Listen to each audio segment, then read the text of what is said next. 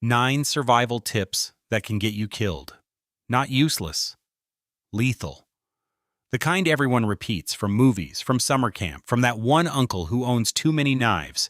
Everyone has put someone in the ground who thought they were doing everything right. And number 1 is the one almost everybody gets backwards. Number 9. Moss grows on the north side of trees. You're turned around in the woods, no signal, no trail, and this old line surfaces from somewhere. You find moss, you decide that's north, and you walk off with total confidence. That confidence is what kills you. Moss has no opinion about north. It wants shade and moisture, and it grows wherever it finds them. The south face of a boulder, or right around the whole trunk. And here's the real problem. Someone who knows they're lost stops walking and gets found. Someone who thinks they know the way keeps moving, and search teams will tell you the moving one is the hard one to find, which is the same trap as the next one, except that one goes in your mouth. Number 8. If an animal can eat it, so can I. You're out of food and you watch a bird working through a cluster of red berries. The logic feels bulletproof, except evolution didn't build you and that bird on the same blueprint. The yew tree is the classic. Birds swallow the berries whole and pass the seeds intact, absorbing nothing. Chew a handful of those seeds, and you're taking in a compound that stops a human heart. Animals get millions of years of enzymes tuned to their exact diet. You get a stomach built for supermarkets. Starvation takes weeks. The wrong berry takes an afternoon. The next one isn't about what goes into your body, but what you do to it when it's already damaged. Number 7. Rub frostbitten fingers to warm them. In reality, you've just made it worse. Frostbite means the water inside your cells has frozen. Millions of microscopic balloons, each holding sharp ice crystals. Rubbing doesn't make warmth. It drags those crystals through the cell walls.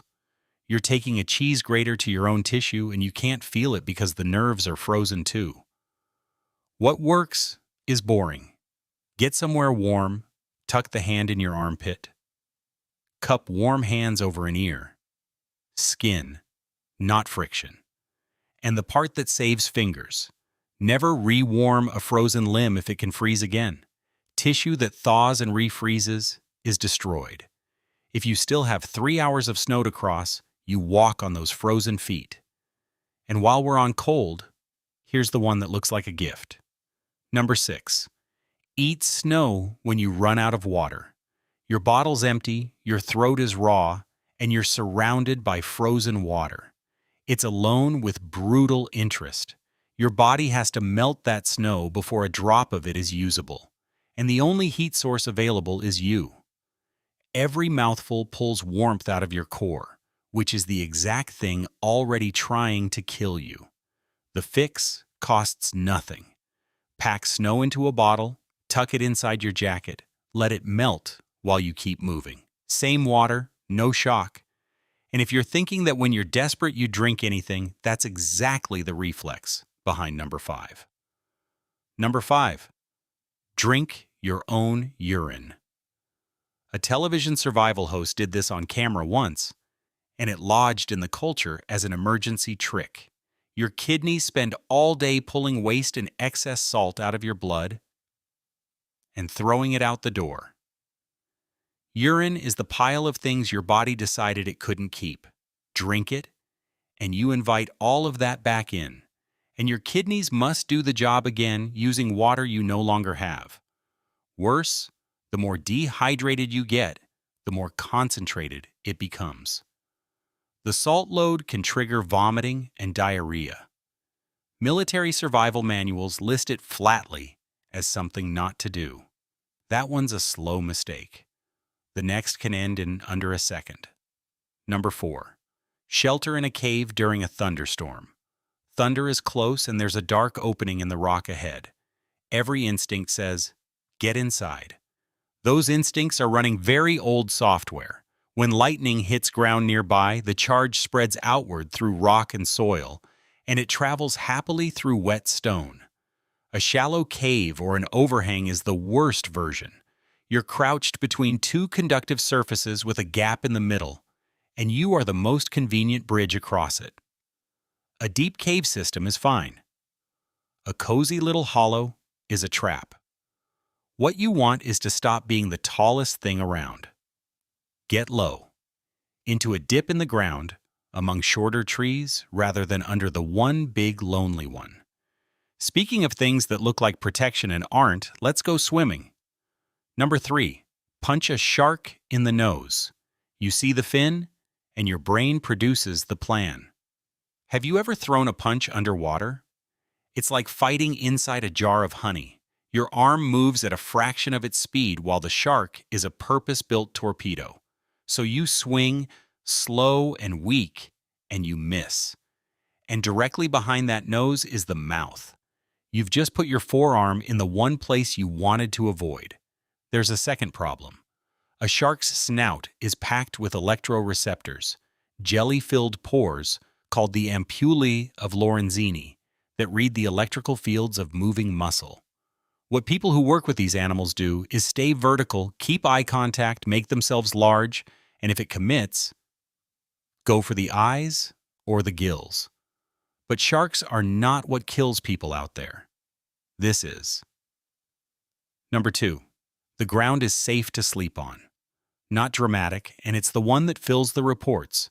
You're exhausted, it's getting dark, the air isn't even cold, and there's a flat patch of dirt that looks like the best thing you've seen all day. The Earth is an enormous heat sink. It pulls warmth out of a body by direct contact many times faster than air does. First you're cold, then shivering burns through the energy you have left. Then your body pulls blood back from your limbs to protect your core and your thinking goes soft. Which is why some people in late hypothermia feel a rush of heat and start taking their clothes off. That's the control system failing, and by then they don't know it. This is why experienced people care more about a sleeping mat than a sleeping bag. If you have nothing, build one. Dry leaves, grass, pine needles, anything that traps air, 6 inches thick. A heap of leaves looks like nothing. It's the difference between a cold night and never getting up. Which brings us to number 1, where the usual advice is wrong for 2 cases out of 3. Number 1, play dead when a bear attacks. Almost nobody knows this only applies to one kind of bear. A grizzly that charges is usually defending something, a cub, a carcass, or the space you walked into. It wants the threat gone, not a meal. So if a grizzly makes contact, that's when you go down. Flat on your front, hands behind your neck, legs spread so it can't flip you, and you stay there long after you want to.